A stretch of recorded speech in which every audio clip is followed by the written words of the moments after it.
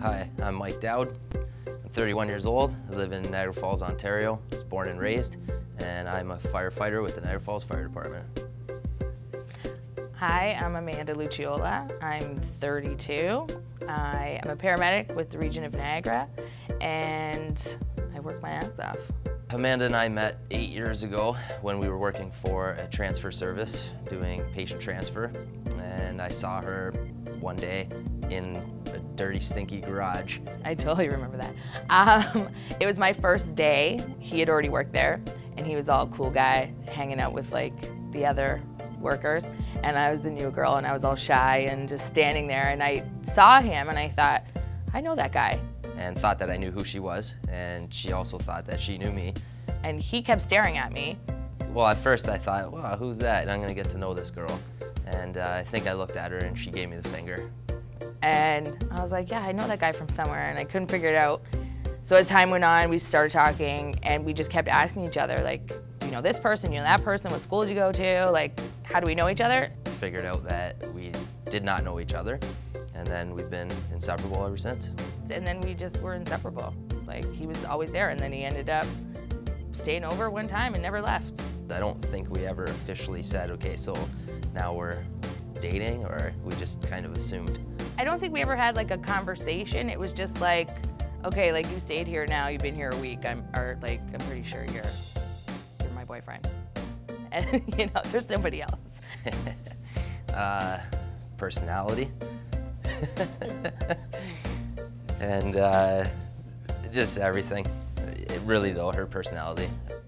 It was not a long courting process.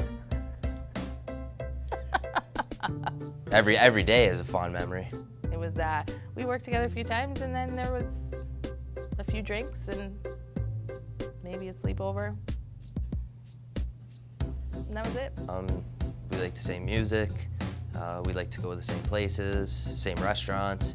We both like the casino, so we went there quite a bit. Pretty well anything that one of us liked, the other one also liked and went along with it. So everything we do, we usually do together. Mike is easygoing. He's so calm, he never yells. I rarely see him upset at anything, and I'm Italian. I'm like crazy and yelling all the time, and I yell when I'm happy, I yell when I'm mad, and I cry all the time. And he's just calm, and he just calms me down. He's like my anchor. Obviously, she's gorgeous. You know, we were sort of going in the same line of work, so that was always tied us together very well. Outgoing, funny, tough exterior, but softy on the inside.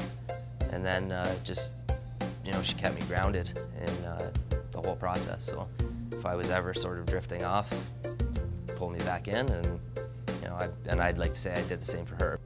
He's just kind and gentle, and he's very laid back. He's just, he's not macho, he doesn't act like a jerk. You know, he's not one of the girls. He's definitely a boy. It sounds like intervention. He's not one of the girls. He's not a girl. He's just not a macho guy. He doesn't walk around like, hey, look at me, I'm so cool, and blah, blah, blah, I'm a firefighter. He doesn't do that. That's the gayest thing I've ever heard. But, you know, he doesn't mind watching a girly movie with me, as long as we watch a boy one. You know, he's likes to compromise. He's very easy to get along with. But stay away from him, girls. She definitely wears the pants in the family. Don't tell him I said that. How I knew exactly that I was gonna stay with her was when she was sick, driving home from Muskoka. I had to go to the washroom. And not number one, number two. And I shit on the side of Highway 11. And I had to hold the towel up. And I thought, the two things I hate the most in the world are people that throw up and people that crap themselves. He hates poop. Hates it. And then here I am, holding a towel and was gagging while I was crying and pooping on the side of the highway in the middle of Sunday rush hour traffic. And I was like, this guy could have just drove away. That's how I knew. If I was able to do that, then I was probably gonna stick with her. And I was so embarrassed, but you know, he took me to the hospital and called my mom, and he was with me the whole time, and So I knew he was gonna stick around. We were together for, I think, about 3 years. And I said, I'm moving out. Either you're coming or you're not. I just show up when I'm told to. So we bought our house. Mike's a little, he's not a procrastinator, he's just happy and content. Things will happen when they happen. I have it pretty easy. I don't really have to do much. I'm more of a, let's go, let's move this along. My biological clock is ticking. We've been together for this long. Why don't I have a ring? Family bugged me, she bugged me, and then I think they kind of realized that I didn't care, so they just sort of stopped for a while. Then there was a lull in, you know, let's not bug Mike about it anymore, then maybe he'll do it. And then I never did, so then the bugging started back up. So that went on for a few years. But I didn't think it was gonna happen at one point. I thought we were just gonna be together. We weren't breaking up. I just wasn't gonna be Mrs. Dowd. I always knew that I was gonna marry her. It was just a matter of pulling the funds together to get the ring that she really wanted. And that's, I know it sounds stupid, but that's basically why I never asked her a long time ago, was because I wanted to make sure that she had the ring that she wanted. So that's how long it took.